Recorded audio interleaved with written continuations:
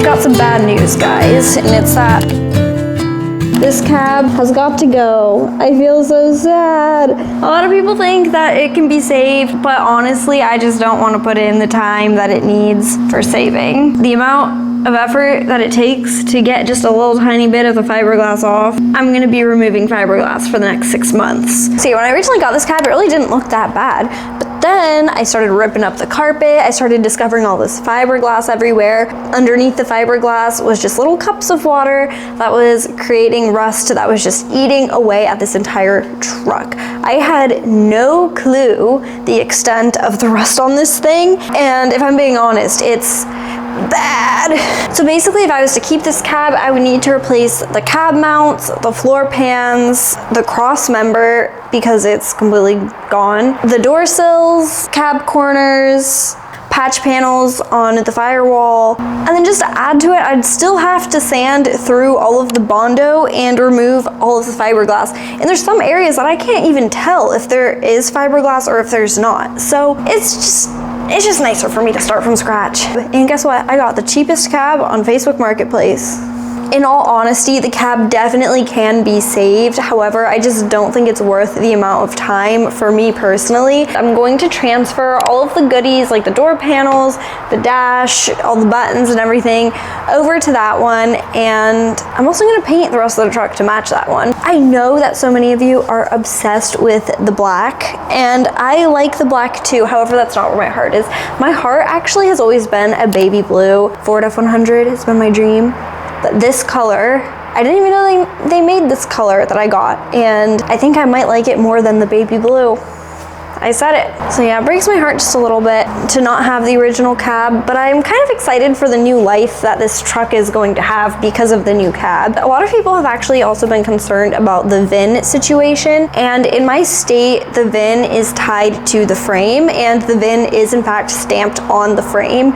So changing out the cab is completely okay, and the only place that the VIN is on the cab is in the door sill right here. Right here is just a little sticker, and then here there's a little plate, and the plate comes off really easily, and I can just stick it onto the new cab. So that's a big thumbs up in that department.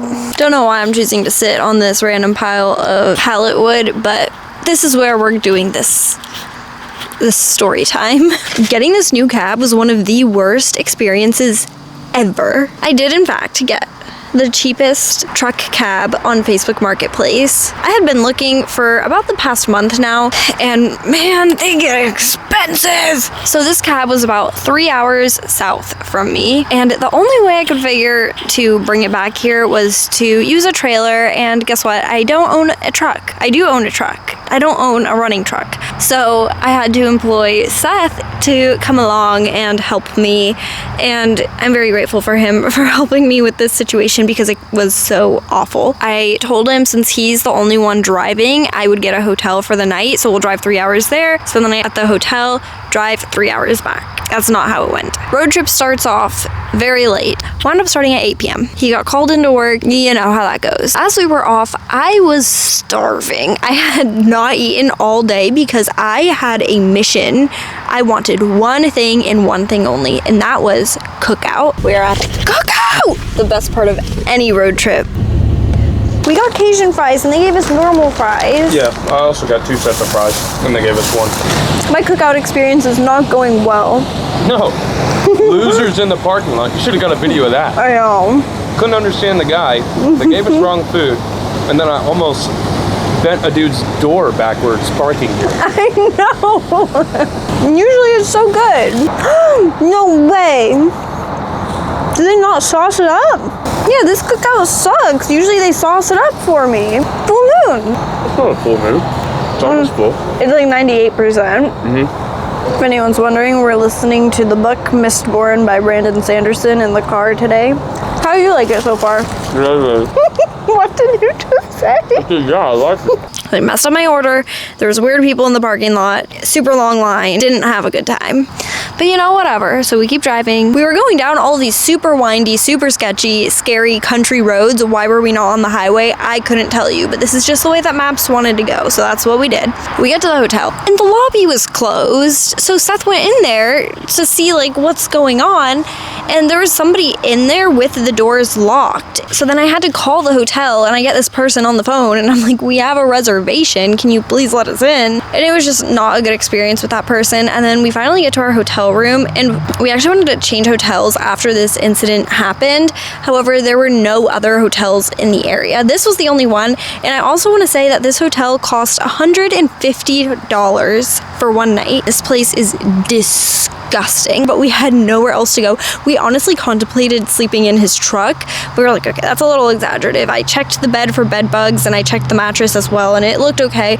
So we just spent the night there, but it was just gross. Our door didn't even have a lock either, which was kind of frustrating because it was one of those hotels where it's not in one building. The rooms are just like outside. And also there was just a yellow tinge in the bathroom to the shower curtain in the bathtub, which didn't quite feel right. It was nasty enough that we did not even shower. So basically, we stayed the night at a hotel last night and it was a very bad experience. I'm not gonna lie. This hotel is quite disgusting, maybe is the proper word. And the thing is, a nasty hotel. Oh, goodness bless your heart. Thank you. It's just the price of it is what is really throwing me off. I paid $150 for this hotel and for it to be this disgusting, it's a little bit rough. We're gonna go get myself a cab today and I am excited. I am not excited for the drive back though. That's gonna kind of suck.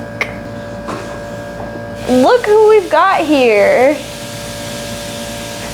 Anyways, we wake up. The breakfast is not bad. You know, I had really low expectations and they surpassed it by having waffles. And we're on our way to go pick up a U-Haul trailer. I looked up online if anybody has towed one of these and they did it on a 5x9 trailer and they said it worked. Needless to say, it did not work. The walls were just too high on the trailer itself. Like it would have fit if the walls were just not tall. And it is really frustrating because it was only not fitting by about 1 to 2 inches. So we scheme up a plan and we're like, if we lift this truck about 6 inches, it'll probably fit. Like if we can just get it tall enough that the side rails are not hitting the firewall anymore, we might be in business. So we go to Lowe's. I buy $60 worth of wood. Guess what? It didn't work. I asked Lowe's if they rented trailers. They said no. I called Home Depot and asked them. They said no. I called Tractor Supply and asked them and they all said no. So, well, they do rent trailers, but just not from a point A to point B. It's like you have to return it to the same location.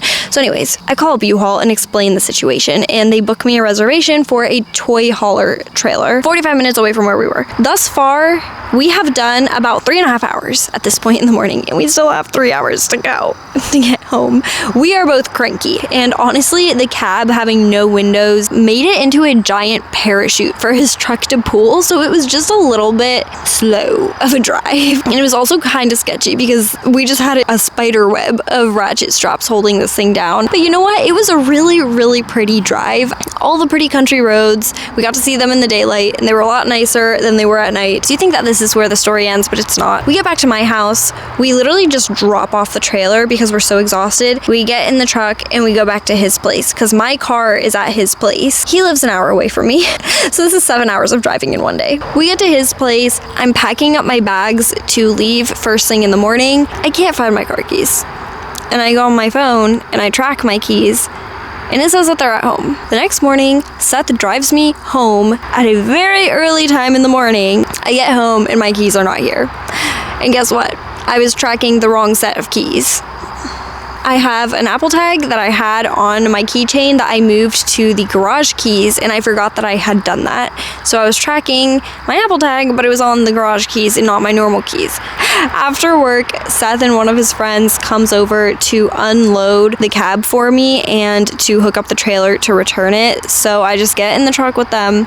I pack a bag just in case. I gotta spend the night for a few nights until we can get back to my house because I can't find my keys. And we drive back to his place. Keep in mind, we live live an hour away from each other. We get back to his place and we're looking everywhere. And then I find them and they're like in such an obvious place. It just goes to show how tired we were that we did not notice them laying on the floor right in front of us. So yeah, that's the awful story of my cab. And it was the cheapest one I could find on Marketplace at $500, but after the series of events, it wound up costing me $1,000. So luckily, it's in really good shape. Who wants a tour of the new cab?